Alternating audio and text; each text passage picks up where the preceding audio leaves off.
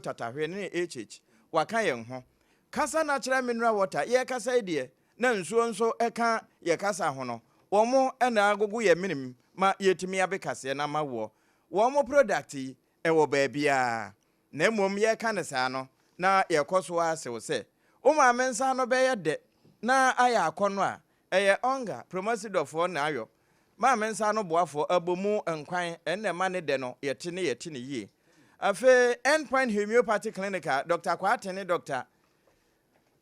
Womo deda no yes okwan no ne wa ewa yaresemu a tutumirika na womomoa ebia na wo kuma se ekronoma bo hia enkrande expenses ho a shell signboard ho na wonsa ebeka won enti hye no nso sa na fa physiotherapy ni nyina akwhye wo mo nsa na wo mo nye ne yemfa mma nyame de che afi ufuru mu no 1st January na SOMPA kunafa chede ne eba so babia wo bia wote yenka se wo de enkoye a ma enuru ho saa na akonso a won ma ebeje no 1st January afi ufuru no de dikan enti takwafo ombeko takwa low cost ho na SOMPA FM no wo tachiman new site ho afi wo enkransa babia SOMPA ko sesi go filling station etwa ni mu commercial bank dadanum na afi night market wo esunwane dia ebia na wo kumase a ehwa overseas baby efro ehwa adabra kanu timber market nchen ho anase enkrane na afa aburi ene ne baabia Watermelon Street ufiri domi market na wo keka ba besi kumase enkrate mponnum no ya na wo hwe onifa na se wofiri ho nso na ekọ domi market mfutukwan no so a na wa hwe obenkum eho ene yewo awiensam a yede ba no ne edi mu akotena abati bi ne se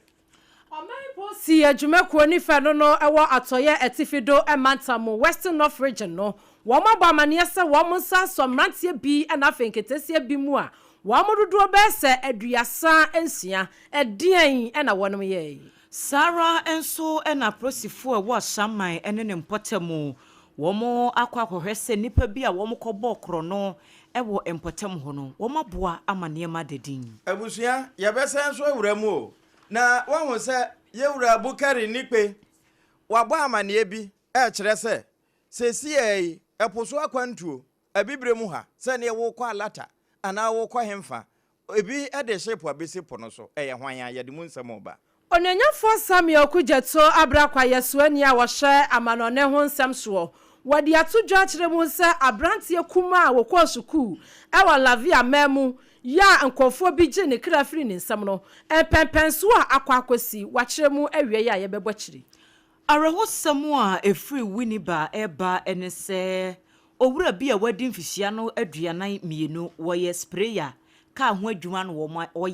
wo makohunu se wato nanom ewo ensiedo Constitutional Review Committee wo mo nsam a wo de beto abonten no asanteman asom na de wo mo ka wo ho de jiutie kase na otumfo atwafo hene nana bafo opoku ageman wato to srase we de okura ne nsam akura ne achechede akura sukusu private schools wo mayim no empanimfo twani emfanhye wo afutuo akode amagana fo nyina se wo moma wo mapomden ho nsam ehia wo ne nyina no efa ensunsuaso boni agalamse edebra wo manfo apomden ena afe afutuo kro na sonamanyo ko no wo mo edi nkuta ho no bi aboye wura aka na kwampre kwa Japan kokko se won hwe ne kasa yi sabre yi a wo mo ye campaign ye wi a ye dwana kwa amanone US mamu ya chega na ne bi o ye se wote Snapchat na wono no bronsan katu efrefra akono no bi ne woyo na wo maso ne pechi ye de mu nsam oba ensam ne bi eka ho na yaboaboa no awie se premtobre kasebo ya ye bekenkan ne nyina ede amawo midin ede ADWOA ASARE ABENA ADEPA Kofi anafi triple A man ejapia APAM DADAA SOMPA FM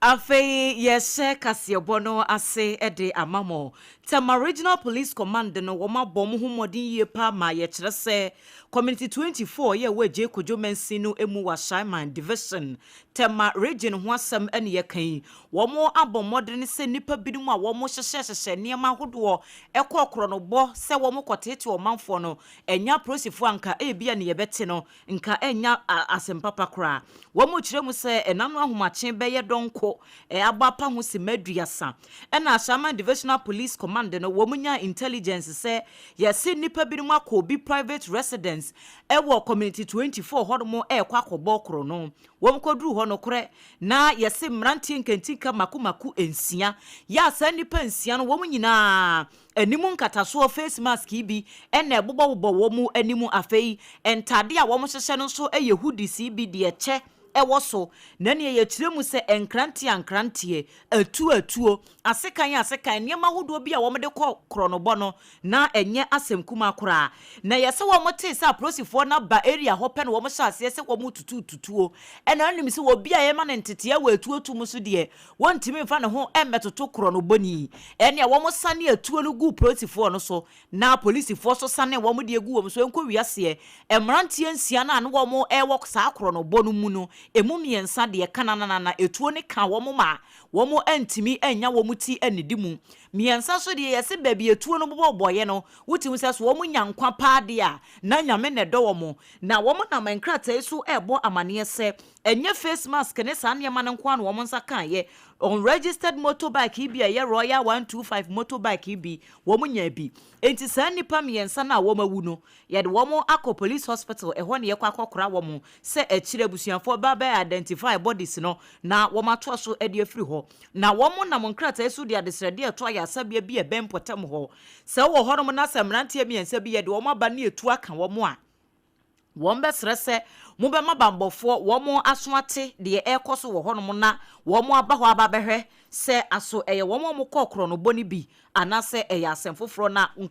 krakra mu no wo bo policefo no abaso yie pa ne titu ne intelligence team no a wo timi koye no se enye wo anka bi a baabi a wo kɔbɔ koro no komu de ewu de kan ho enkrata ye a wo de ba ye ASP Dede Jakpasu wono ena ye head of public affairs e Tema division nensa ena ehye saa enkrata yi ase Abusua ye kyeremu ewo omai posi adwumako na ensam emu na upiemu ewo atoye etifido ematamu a Western North region no mu posi ne fa baabi a wanum ate ese empanimfo enhya da pa na bronya ye ayedi a sabre ye ho aye fei wanum enti wom ngumantene so sabi emrante kwa bia wanum ani nafam a wom ebeya eniema ensem fata no wanum enso won pachi emfa wanum emebe ye ni dafam no yatumi adibranya na me ye ho atoyen wanum kiremu se wom Christmas special operations ya wanum kopie mu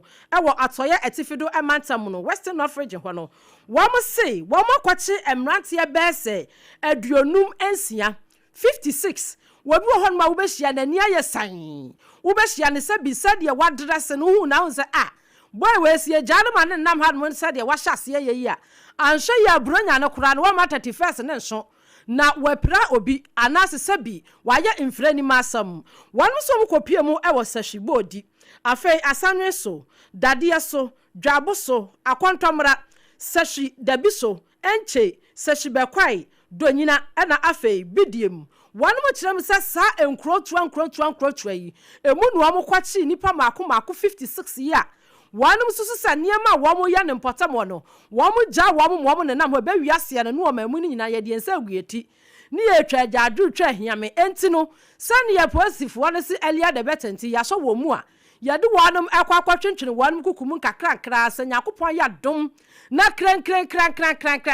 ye di bronya nu ye ni nyina wie na ye hwe na ntansa ye de bo wo mo na anu adene a wo mo don kwa kwagina mranim na de emra no ebeka no wo mo to aso afiri ho no mu a posi adwumako ni fe no ehwe Christmas special operations no so no wo mo di free atoye etifi emantam Western North region eba SOMPA yadane atwi e de asomo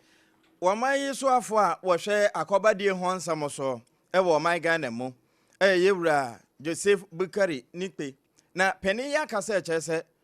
yetira yeye enkoye se wiemu akwantuo nko ana asase so de a kai ana train ene de konko na mum nsuo so de nso akwantuo ebibirem ha ebinim atwe wo muti ase sia akura na no gusui no wo manya ship akese mienu e de esi nsuo so ya ebe boa de hia wo mutu kwan na bia wo nko ba bi ti se Togo Benin Nigeria nom na won pese wo befa nsuo so eno na yewura echese we de yentira yeye wono anso na yeso afo a wo hwe ye akobadie so ena akosa aboba nso a wona ye wo mmra se badwani na wonya adaje a na wo obobọ so no wo kire nipa ko a waya saa de yi ena femfa so ebeba so ama wo mo epese etukwan. We have had an investor who has brought in 2 ships, bigger vessels that will soon start operations from the coast through to Nigeria. They will now be taking passengers and cargo from Ghana through Togo, Benin to Nigeria. And we believe that will ease the congestion on the water route through to Benin and use passenger and cargo. So it is going to take from Accra through Lomé to Cotonou and then. Aha! Ene obafro efrin kran na akwakofa Cotonou enu ye Benin hwa na bomua na fe eko alata enti se wode kai na eko enniema bia wode kwa aburo bidie ne nyina wo mbefa ye no wo boso ewie no wo se wa amananso ho enye nso so nko afe eba wo no mo nso a etwi kai asan ahodo no de ya ban de STC na fe Metro Mass sei basesa wo mo de banye basese kuma na ayere so a ena mo nso so. Just last week, we were able to get the Ghana Commercial Bank, and then the president himself sat in the meeting with the STC management for us to see how we will get them to support STC to acquire almost 300 buses. We are on course, and I'm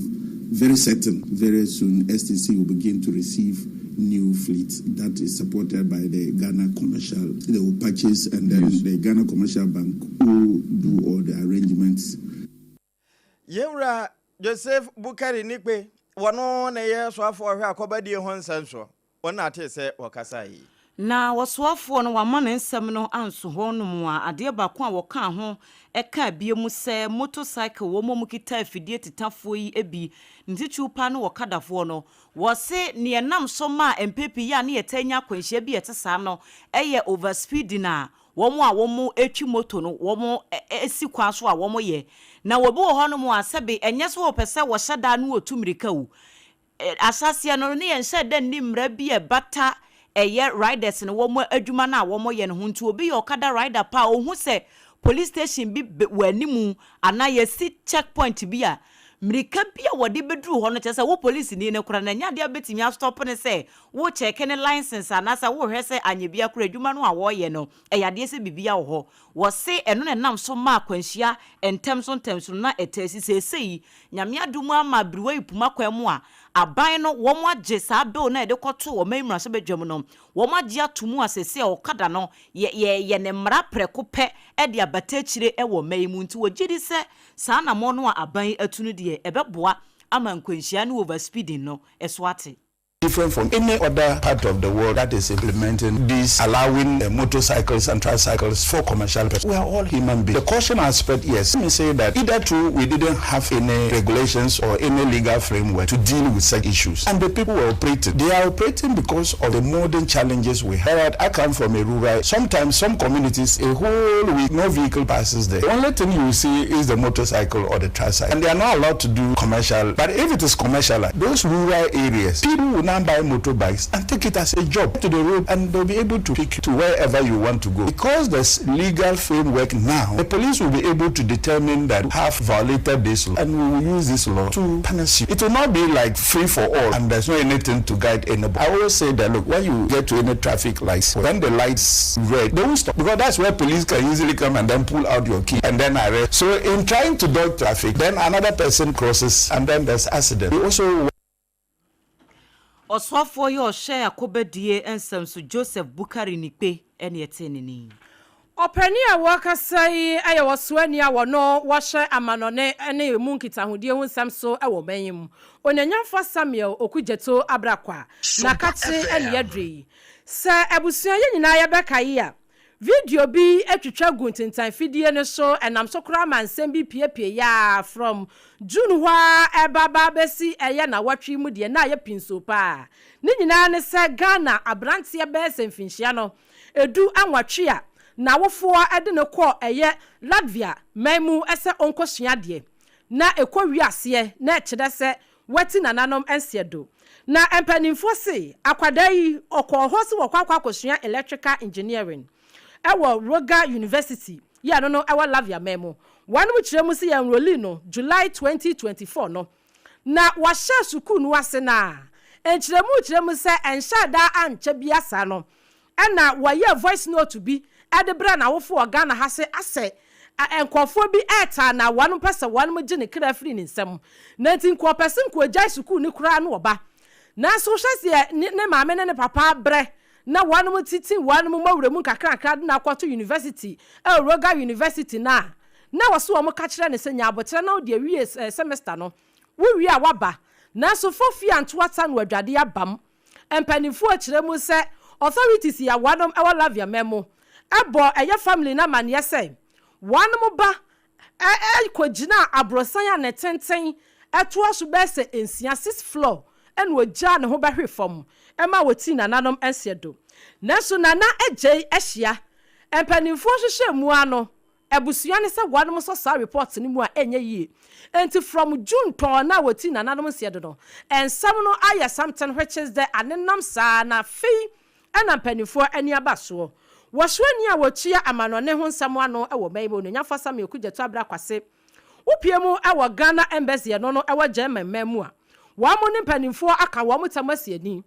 ese wamo hwehwe asem no mu enkonkosi ase sansa asem wadie wamo smell something fishy wom esanse ahye na akwakohia abusua no abusua ne kire mu sei ebra wanom akoye a Latvia mpanimfo kire mu ama wom no wamo sane ma bi ankoye maame no kura kire mu se voice note bi ane ba ne yede bre no be na nsaso na ne ba no ati nananom sedo no kire pa se bibi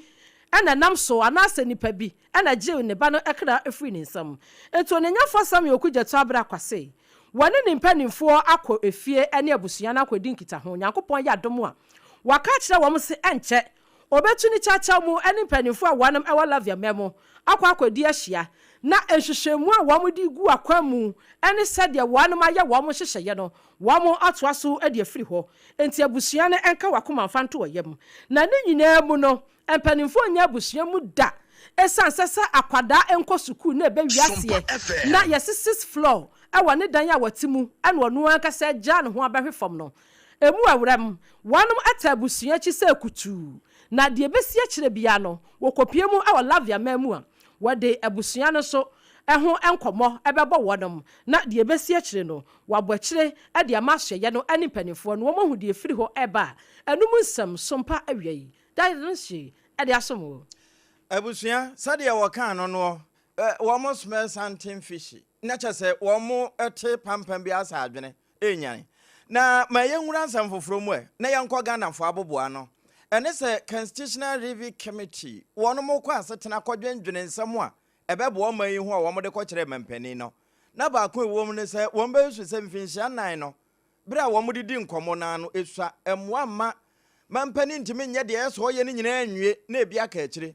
se nyame ampata na aban sesanso a foforo obeba no no nso ukode de ho enti nka be se ye betrem ama mampani wo bedi kura no woni mfinhia num se wo kone mpire no so a na mfinhia du ne chase botae no waduru ho na enkomo ebaaye no etwetwe aso na Ghana fo bi asase kasa enti yansa ntro ni ba abedu ya wo wasantemamu ne asantemantam temamufo di nkomo na yentie sade wo monso si wo mfa constitutional review committee asema omuri aba se amampanifo mudusu ne se omo de infiba beka mo president no years no amana akọ 5 years no ka me kwa wadwenchira medeka 4 years na aye se president be bana so bebo no modin a afine edika na aye the first year na nyuma obedan edi no nyema obeye no ena be mo se oye adwuma enye infiba akumienu na wobeka on se 1-2 years na wobeka 4 years no amana 5 years no na se infibe de ho no ena be kire se bi obeye adwuma den na say nyuma be so ani eye afena waba na edika na the first year na I'm say a suggestion am dey aba personally they make them enforce because what is constitution emra dey ama governing year 4 years am of period of 4 years if I had there and you nkwa na be orias at least if your terms end somebody will continue and they say government is a process they may personally enforce. Eno eya santima mutimamufuo bi nene yense ntwoni ba bedu edi nkomo no se yama wo nkwan chance ma wahwe ne fiaw amewo o tafre wo nsapio enne be ye oden eno eya santima mu a wo ensem foforo emu no abeto odwa se owura bi a wadi mfisia no aduanan mienu 42 years where cast prayer edin a ebaye ene Albert Sam nenso ukọ biaya wote edin adodo no a anim no eye Kwame Sam na rekosam ne se yakohu Kwame Sam amu se eda baabi ewo winiba empotem ho na nipa binumu esusu se eye adwuma a woye no ene nam so ama nipa bonifuo bi akodi na wu a etesa na owure ya ye ka ne ho asem ye se wo ye gomu apoten de hye prekope ya wono no Central Region na watna na emom na adwuma no Cape Coast na woye no na abusuafo kire se enano fiada eno kra wo mo se wo toka bi wo kadila bi nchen enti no wo kwa kohia nipa no na waje na wo se saa business ya woni nipa no ekoye no wadi akire die atwa ho sika na emom no na ase ka ne ho asem se beba se ma na akwakoye bibie wo ho enti na watwe wie ye no okra ye se wo kwa kwaje ka no ma wokoduru Cape Coast worom kra no wo frɛ ne namfofo ebo mama ne so onyame adom sesi ade ka no ne nsa ka enti wo drive back aba gomu apoten ho na wo beba Kwame Sam amedruda na Charles Odum ya wono nso ye frɛ no Kofi 2 akire mu ese wono na damfo pa ene Kwame Sam no na wo ka kire ne kora se wo ba fie enti won hwɛ nanim enche oba bedu wo mo hwe ya wama enti no abusuafo no esre bambofo ntichu ni aprosifo se saa asem ya asie die wo mo ntia se kora se obi ebekra se wo kwa kwaje ka e wo bi ho no wo be kwa koduru afre se wote ka ni mu ba no ma bedu fie ne nko wiase wo mko hunu se na mu eda baabi die wo kire se eyade bi a ehadwene pa enti wo mo sre bambofo se wo mo manhwehwemu enkoso e wo asem no se de be ya wo mo a wo mo ye sa de no ye behunu wo mo akira kwan na esese ye de wo mo kogina emrana no a ye de wo mo akogina mnana no ama emra no eni wo mo edi yade kasia no awramo ewo enwumesia ensemo na otumfuo twafo hene ene nana bafo opoku agyeman wade ensrahwe hyeronko ebepie mo ewo kaswa timber market school bi eno no edi executive senators international school enumu ane onya akwanya ene sompa yamane bofo na opon checheku etwetwe nkomo no wotire mu se wo hye oman Ghana mu a enya aban school nko a ana eboa ema nwumehia etumi ekwaso hyewhyew wasi ankrankran school so ahodo e wo mayim wanam eboa papa wasi school bi wo wanu asabi wuduru mu na ye ka kire wasi school wei eye ankrankran school sini bi a wanhwe yi a wonyinni esansa wo hye eniema a ene ayi sade a akyerekyerefo no ekyera mmofra na de aya na akono enti no wo betoto asere ese Ghana mpanimfo wanam emfa wo mo ani nyina enkwahwe private schools ahodo e wo mayim na yanso wanam pa na yempushi wanam yie sade be ya ebeboa amoma Ghana education system no eno so atumi akoyie na nabafo opoku agyeman ninsam eni Aban so me so private schools no asene o ne ma bibiem se won so bitima na bia omo awofo no so ko ben ha omo because omo nyina ye ma na bia ba ha tikakra bi omo de betima so o ma asene bia na won so mo di media board school no e be sira ban na wa so private schools no so asene na ka omo so ho ha mo na bia fees in parents ni tia no ko bi kra mpa na nketima ba fo na nkra no bibie so tia ba because private schools no so tira de pa omo curriculum no very good omo say omo excel in education when they get out best rabbi omwa non so private schools so asene senia also no government schools let's say it me peja and running in as say we are also bit na bebo ebra otumfuo twafo hene nana bafo opoku agyeman ekasawie ye no nana wanu hwam opani a wopie mu ewo posi adwumakuo ni fe no ewo Central East Region Police Commander DSP Victor Dosu wano so ene yamani boni na opon checheku ekasai. Yes, it means as we attend Sunday school, we are told that children, honor thy father and thy mother, that your days may be long. Is that not correct? Transiting into that, take your studies seriously. To our parents, we entreat you all to pay very critical attention to the contents your children are exposed to. The contents these days, social media has become a necessary evil that has come to live with us. Our children, let's pay attention to what they watch on the mobile phones. If possible, let's try how best we can to let them get glued to their studies at all times. Please, we entreat you. Fortunately, we can even hear these days over the news that I think 3 days ago or so, Australia has even taken a step further to ban children below 16 years to get exposed to social media and other content. Please, it is our duty to ensure safe. We entreat you.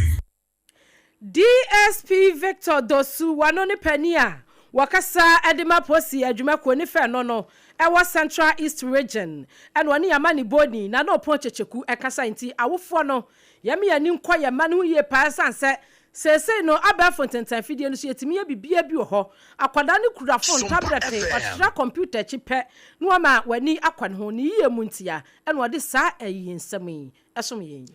yenkotie beka ne ba ko awo no asamo entime mpa no ho wa yese buroja na oponchecheku na womrasha badwafie no maame awo no na hwe dwadie afi kuyare a yada ne se enwuma broni frɛ na agri business ene emfididwuma so industry maame Elizabeth Ofosuojare wono okro ya na yetachima yatifi emrasha badwane ye tiodom ne ahenkuru no na maame se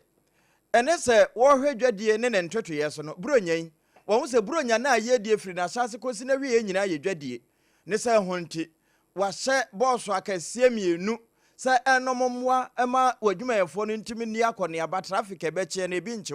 won beko carols night ahodo ene carol services no won monya kai ede abafie ya asomdwe beba so eno kire se we batampa wodwene ne ma ho na yentie botayete akire ntia. Even though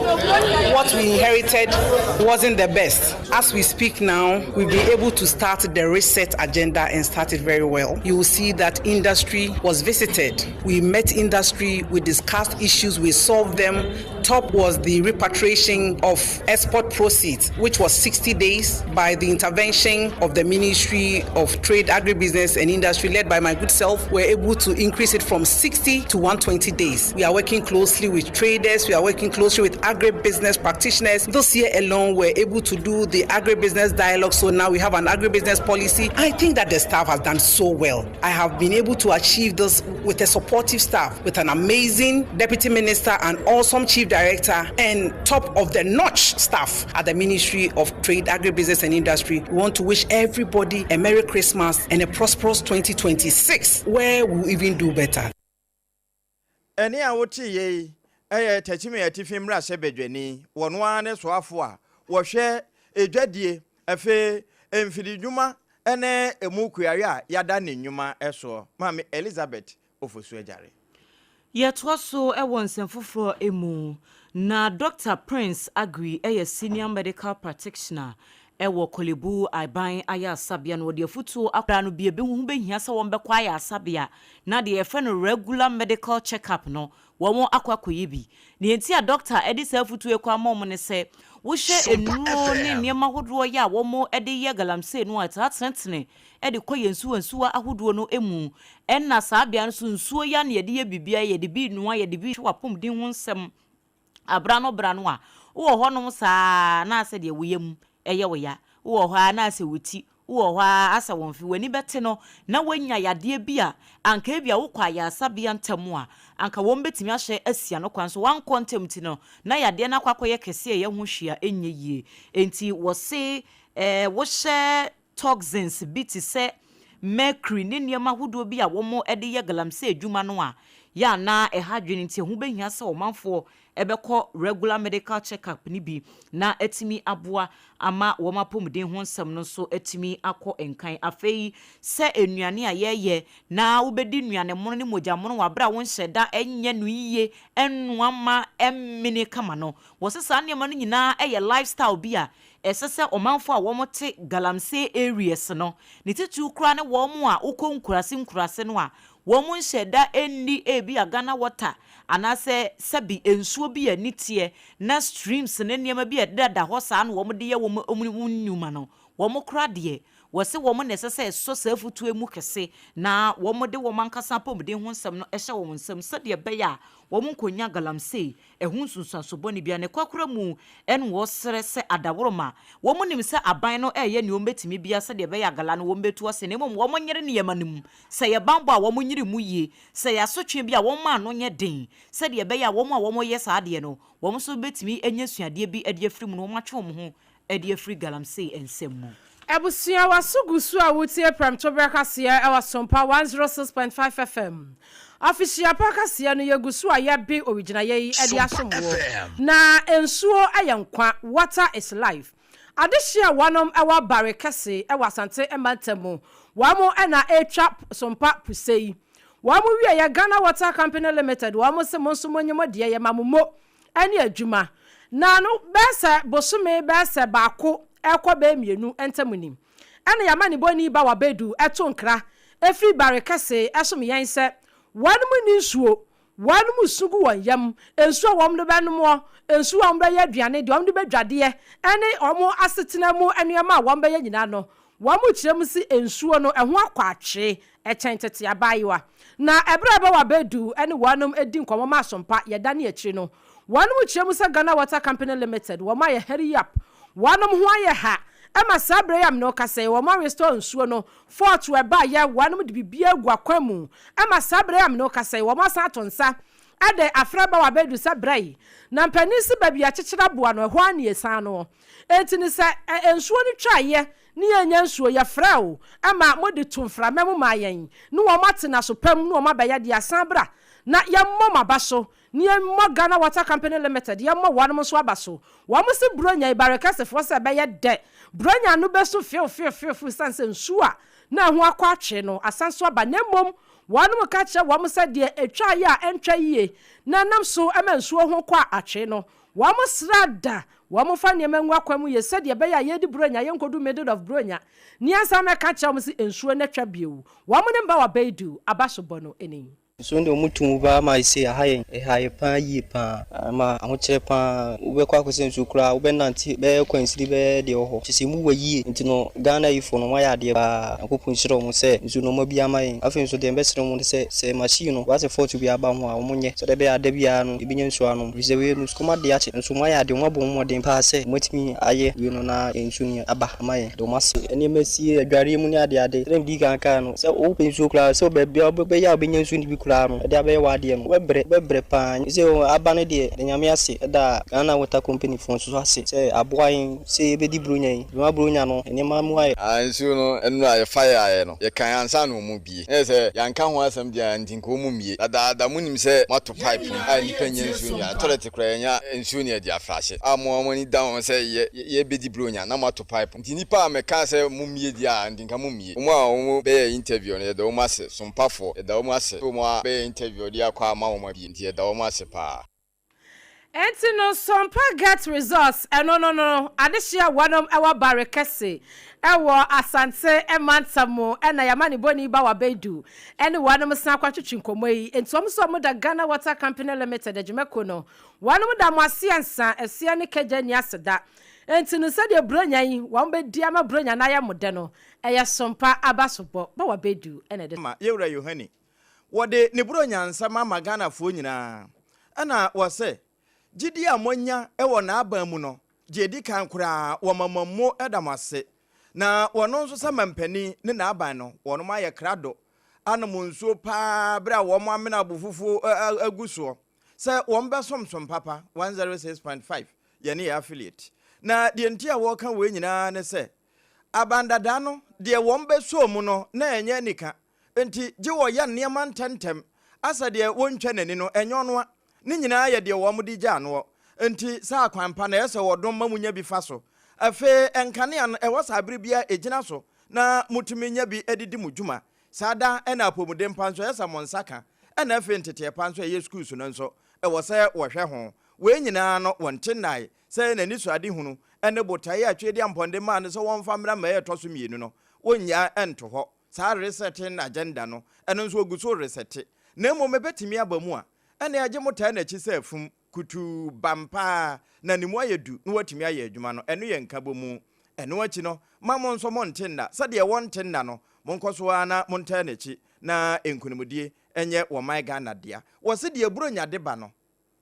eno nso emfa bi mmra ewo na mamuom na Ghana fo nyina enya eso emfa so wo mo bibia finhia pa nyame ma afefoforo nkometo yen ne nyina tenkwam a eniso hunu papa nyame de ama no ne meye toso mienu no obia ebenya emu chefa eno ye mampani dia na bra wo ka we nyina no wo san tu Ghana fofo no wo ka kire yen se buronya yensusu ne yenhu ne yesi yedi ne yankwa nkodi de ebewie no na ye nini ho a ye behunu ne nepa nyame de ama no na sonoma no wo mo a edi nkuta homa mansan ete wo mo nepa no nso titru wo mo a ewa asantemam no wo mo nso utufo na wo mo fotuo no wo mo de ma yero ken akompre kwa Japan se babia wo maduru no akata kirema ene de na chese aduru so kai hunu se bosome fofora ebesim no de twato okura no wo mo koto wo maba no na abrewa bedi twade nso efiri na no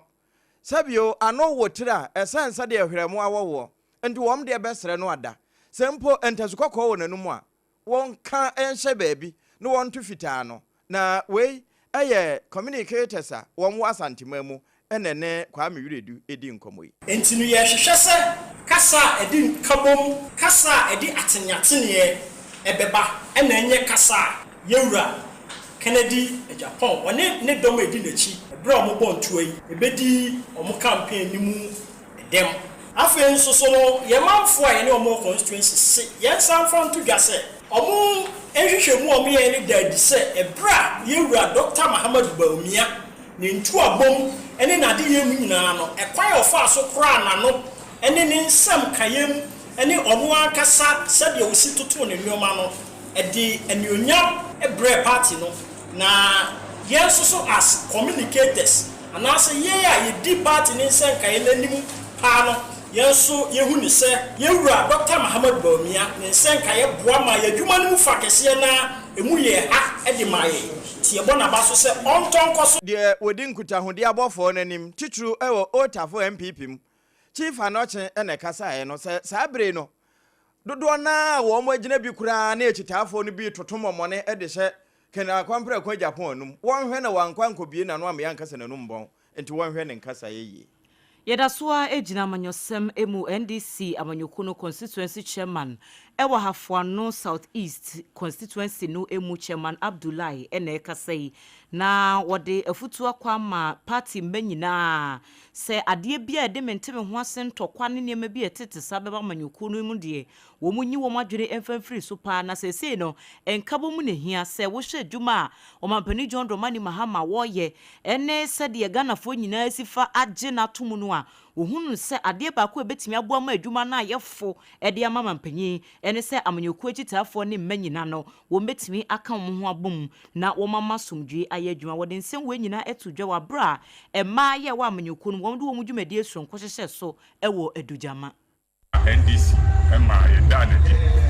ema monfoji yetumtu abama ye ewa afano Southeast ha ema ye benya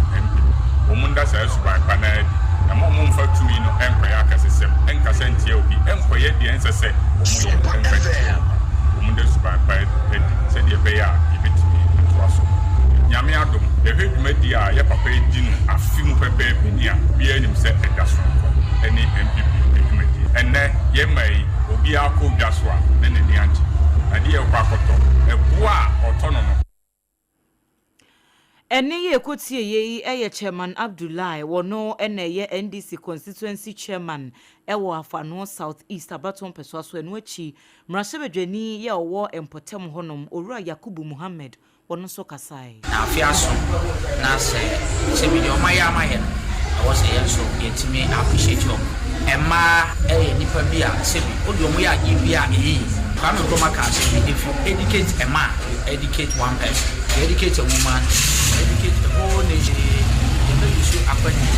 Na ma sign ada Emma TSCA Ayora Yakubu Muhammad wono enimra sebedwani ewo Ahafano South East abato mpeswaso na amaniboi yensenjweni Ebenezer Owusu-Ansa ena ede ebaye. Watano South abato mpeswaso wano memra sebedwani ayo nenyafo Charles Sesiedu wase afeno akwawieye nyankopon ayadom yeda so tenkwam techemada bodwem emoje di amu afrisa ne wase wo sha kyerkyerefo bi a wanom watano South abato mpeswaso na afia nursefoɔ bi ya wanom gusu ewa adwuma nim kitikiti yemu ebi nso hwanom a wanom aretire na kyese wakɔ ahomegye mu wo hye wamomodem bo a wanom abo no waso wodna no hunu saa ebeda wanom asia wo se ntwa yie enti wabo wamo aba so ebi nya fridge ebi nya TV ebi nya motorbike ebi nya sika ne bosom 50,000 Ghana cedis na say 50 million no na ne nyina ebo no bra wo kasa no yamani boni Ebenezer Owusu-Ansa no ogina hɔ a watu bi som yen nyina nije ese ye onsa efrem no baba amana tumi ayefe ene dwumadie enema mienu ena emamanije ewum ye di kan ene se ye bomode ese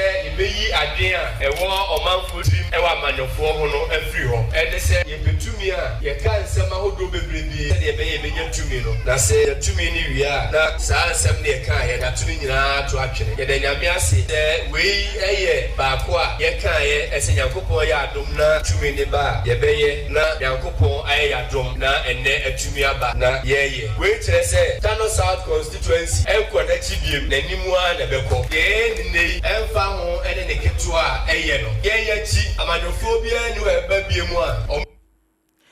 Ebra opani a wano wasi wanom nyina anamo ewo emrahye bedwam onuanyafo Charles Sesiedu Tano South constituency wanom MP wakasa wiye no esanse wo bodwa data na wo bo wanom abaso nti ya nursefo bi ene akyekyrefo bi a wosu wanom aya adwumason afi no nana adwoa dwamena se wa ya wotoso mienu ayo mahima ya wote adwaso ewo bechem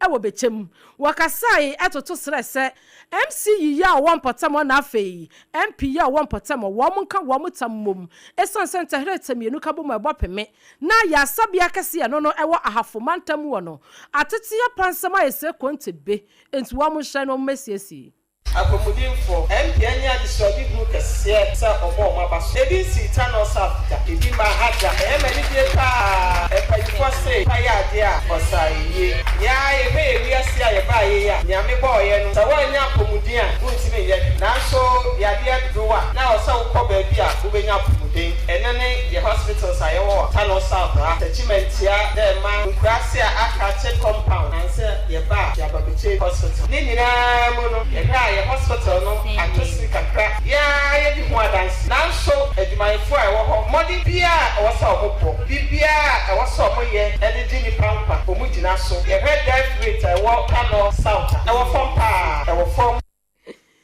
nana adwoa jamena ya wotoso mienu sewa eka ne din ho mahima ya wote adwaso ewo bechem ne kasa no akyi no na mesini abankrache onanyamfo Emmanuel Kwame Frimpong enso de kakra esoso eya pumuden ensem ede yakoma so pa oba bechem a seti e ba hema asomodika eka yen se bechem hospital eya ade na eye OPDS bechem hospital eya ade a chema nyina ekenu se betini ayesa abansu nenu yamo e ka ne ede atom se sa eye OPDS na me akoma mesi asomodika shase aye ayesa 2 building ede ama eye bechem government hospital na tina do boa na aboa eye no drive na ye wo e bechem ebiem so ukọ eye kokuntam kontu a yesi chip compound e ho e de aboa ukọ eye ankase eso anso yesi baako ho e de aboa e wa ko e bisi no eye MP so ahyase onso oye mienu ukọ eye old bosanko onko de yesi aboso awie ukọ twapia so awasi awie yewie so na yensa ye saso eye chip compound bi a omo wein centers a omo asiesie atopom kakra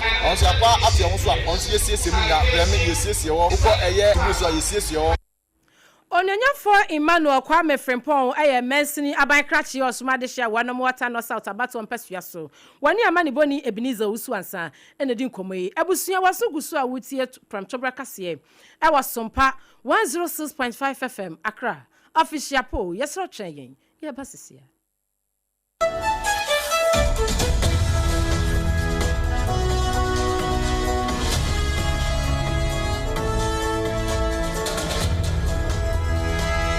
Want to mean Chenya oba any pechemo ana dio bedachi. Nanso ubitumi abwana manenya pomodin free ne mofrase. Yamvita ye de milk papebi ni nutrivi aye ye nkwada ediania eye de na ahodi a ewo mu no bo mofra pomodin. Anyo impeni for swini chopa. Mawobano apomodin free ne mofrase. Yamvita gumo do bebre. Yamvita, a delicious way to grow. FDA agi ejwadie yinkratoyatum. Endpoint Homeopathy Clinic. Ghana had the obie nim say your prostate. Na baby omutibe ye screening ema hu ni ye etu asia. Na e Endpoint Homeopathy Clinic. Anase e kidney, e liver problem. Wo fa baby e na adjujo. Na de fa ne premature ejaculation no a be ma bi a wo ne wodofo akwakwahia. Asa wo di ne ho agro. Asa wo tonte. Ene ye bra Endpoint Homeopathy Clinic. Na ye moa wo. E ma ne mema mo pa wo. E ye Endpoint Homeopathy Clinic. Womo de mufua yare bia infections bi na wo ho anase bia wo hwa wo fa ba bi na adwodwo kidney problem prostate de eye Endpoint Homeopathy Clinic kuma se obehu Endpoint Homeopathy Clinic e wo kronoma boy hia e na Accra hanso so de wo mu ginamu ankasa e wo Spinters bebre friend share signboard no huduro na obusa sa wo pe Endpoint Homeopathy Clinic obia e be kire for Endpoint e wo 0244 867068 and 0274234321 Endpoint Homeopathy Clinic. Womo dem fu. Ewra, me pacho bra na me hwa de wo bag im. Bra, aden. Ena nso biem. Hey, time heba me hya ya me ka se yi ba akun. Ani wayi me ensen. Bra, sanya time heba me hya esi agye me ni me fiefo enya de abako ebeso yen. We de udi se ofa ni nyina. Time heba me hya me ka se me di one dance ya heaven ena de me kwa akopie. Enti se malaria we draw ne time heba mixture. Enye enunku o, de nanum ato a wontimi anidie no. Time heba mixture duro no ena ye ma o. Oba a wafa afuro de o ma akwada anofo. Ene akwada a woni mfie dumienu entimi num aduro yi bi. Se obeto aduro yi bi anoma, hwe se wakọ hospital anase lab ameye hu se wo atridie malaria yi bi ansa. Se o petam heba mixture enuro dudu atu a, fo ani kire KNG Herbal Center ewo Emrom Abidjan House. Ana ba akoso wo atonsu Monaco Junction. Eno echi obenya bi atowo over the counter medicine sellers. Ene herbal shop dodo na emu. Fre 0244 417669. Kayo, set time no TIME. Time Herbal Mixture. Afi malaria fever bi adani ziba ewo munu be tuako. FDA agi ejwadie nkratoa yi atu. Bosso Duma Fest Festival 2026. Afinso 2026 Duma Fest no Basso Yeshasie January 2nd 3rd Ekopim 4th 2026 Ewo Dumasia Stardom Sunyane Dumasia and Hobeye de Bruta Brabe witness the Ghana's finest artists the likes of Kwaku Smoke Family I'm Rado. Me I see me penipa. The Cassans why I see me did. When the shade. And I cannot deny all of my love for you.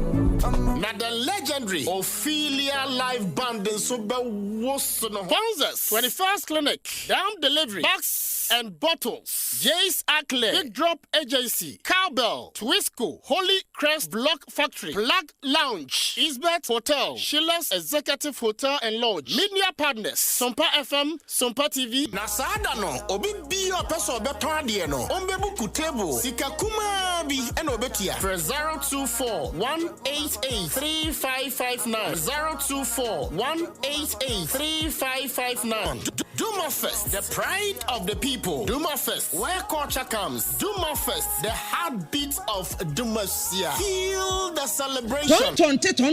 Yenum sani efadwen. Ne efadwen mpa. Say na num se brebi beba. Ama tonti na 74. Opa ye ne simple. T74 abeye adru. Tonti na 74 ana T74 asa twe ya dwene esi na nanom dodo so. Se de na dodo bua ma na nanom enyare basabasa no sa na tonti na 74 ana T74 74 ɛboa nipadua no ɛma immune support enti obi onum bie no abre bia ne ho dendenden tonti na 74 yi nso yaye no se nsuo krokrowa kama enti ba bia wonam bia obetimi de wade akọ samene wo a ankafi na ekroyi ɛda no nkɔ na wie ye wa bra mennom T74 se mennom tonti na 74 menya hoɔden mennom ne da bia T74 yi ɛyɛ hahama ɛne yɛde ayɛ na DHC ɛna aframa na yɛ kama saa no T74 ahoɔden ne apɔmuden ko a wokɔ pharmacy ana baabi eto nwo bia wobenya tonti na 74 yi biato T74 yi ɛnyɛ ma ɔba a wafa afuro ana obi a ɔma nufoɔ ana sɛ obi a onya mfie dumienu ɛto phone 050162891 ɛna 0246073498 FDA agi adwadie nkratoyi yi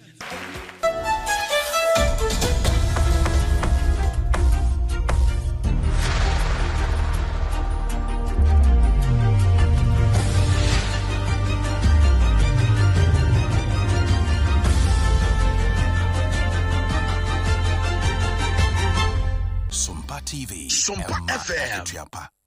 Ayo. Ema katuapa ampa abusua. Ye kwa wie wo abrochima mu. Na eno no baabi amedu wura ewo US. US ho enche bia na Ghana ba mu abakon wadi mfinhye do no baakon. Cross abuko ene ne din. Wo ma so ne penchi se wode Snapchat. Eho no wode posu bronsan cartoons. Ya ebihwa na afrefre wo ma akono ye fre ne nude photos no. Wode aposu bi na enkra ne kire se saa chat no kura na enye ne dia wo bi dia ana ase wo kokonya aye se ne eto no woto yo ewie ya wo hwehwe mu ko hu se woni no ne adaja emfoni wo mu ana wo frɛ ne se wa mpe kakra ama no a wo be release ne che se wo gyamu ama akwa abonte na afoforo anya bi ahwe enti edidimu ama woni no kura che se $200 wo di kan etua ma no ekɔwie no wo nya ne nte se photos no kura opese obo ho ba no edikan ye wo amanfo phone so a ebinom so kura ehwe bi ede fa o ma appetite entem na wokokotia amrafo wo mo na so ene ne ye so ne panchi se ya enti ekwawie no Judge Lawrence J. Velado wono ene di asem no ewe New York Buffalo ekwawie ya wo mo ahye se abosome makon son wonkonko da fiase nanso we nyina echi no abusua yese wo mbehwe no na Department of Homeland Securities wo monsam ene wo pa wo monhye se saa bone na wadi no emfa ho se emra betimi atwitwa age no wo mo ebe bono abomo amanakọ ne kurom eno so